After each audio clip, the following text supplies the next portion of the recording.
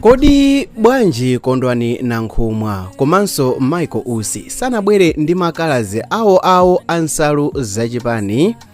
Okay, musiku wa lero ndifuna tikambirane nkhani iyi. Langa zina ndi Samavita, tiyeni tikhale limodzi. Chipani choyambirira chodziwika bwinobwino cha ndale ku Malawi ndi MCP, ndipo MCP italamulira zaka zokwana 30 kunabwera chipani cha UDF mchaka cha 1994. Chipani cha UDF chinachokera mu MCP chifukwa chakuti Bakiri Muluzi amene ndi founder wa UDF anali secretary general wa chipani cha MCP kalero. Koma ngakhale kuti UDF inachokera mu MCP, inapanga makalazi awo nsalu yawo ya ndale imene ndi kala ya yero. Mchaka cha 2004 kunabwera Bingu wa Mutharika amene anapangidwa handpick ndi Bakiri Muluzi ndi kumupasa upresident wa chipani cha UDF. Kusagwirizana kunabuka pakati pa Bingu komanso Bakiri, ndipo Bingu anachoka mu chipani cha UDF ndi kuyamba chipani chake cha DPP mchaka chimenechi cha 2005. Bingu atayamba chipani chake cha DPP sanatenge makalazi a UDF ayero ayi, koma anabwera ndi kala yake ya nsalu chimene makaka ake ndi a blue. Bingu wa Mutharika anasankha Joyce Banda kukhala wachiwiri wake. Pakupita kwa nthawi, Bingu ndi Joyce Banda anayamba kusemphana m'maganizo, ndipo mwasoka Bingu atamwalira mchaka chija cha 2012, Joyce Banda anatenga mpando ndipo anayambisanso naye chipani chake chija cha The Peoples.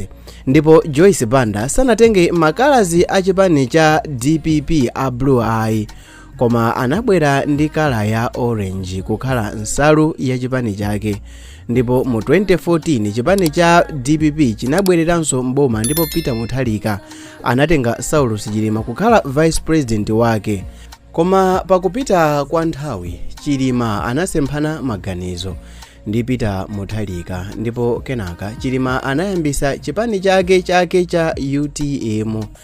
Chilima atayambisa chipani chake cha UTM sanatenge makalazi a blue amene ndi a DPP ayi, koma anatenga kala ya red kukhala nsalu za chipani chake.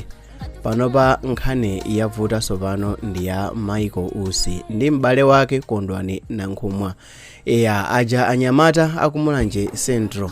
Anyamata awiri amene ndi ochokera ku Mulanje Central Constituency ayambisa zipani zawo, koma onsewa angotenga kungomatula copy and paste style za nsalu zimene analiko ku chipani chake kale, zimene zikubweretsa mafunso akuti koma chifukwa chani izi zikuchitika motero. Ndiyankhule kutero kuti Kondwani Nankhumwa anatuluka mu DPP ndipo anatenga kalala yeniyeni ya nsalu ya DPP kupita nayo ku chipani chake cha PDP. Nayenso Michael Usi anatuluka mu UTM ndipo anayambisa chipani chake cha Ozam, koma wangotenga makalazi a nsalu ya UTM kupita nawo ku chipani chake cha Ozam. Koma funso ndikumati makosa nawa ndiye kuti mapulani awo avuta basi? Kodi makosa nawa tiyankhule kuti kuganiza mozama kuti mwina mwake abwere ndi makalazi awo kuti kapena ayitanise anthu amene amazisata kwambiri zokhuzana ndi makalazi kuti mwina mwake abwerepo ndi makalazi osiyana ndi amene alipowa zikuvuta?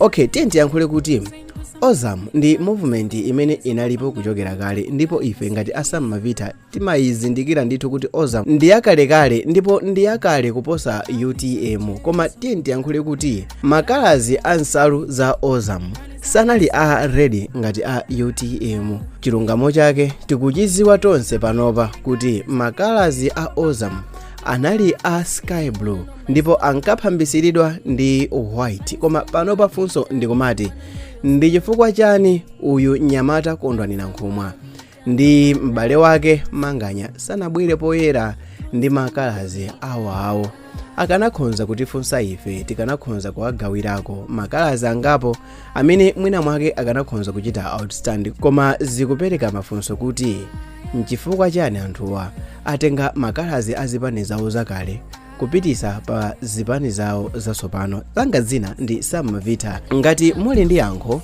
tipaseni mu ma comment section below. It's Sam Mavita here. Until the next video, for now, see you.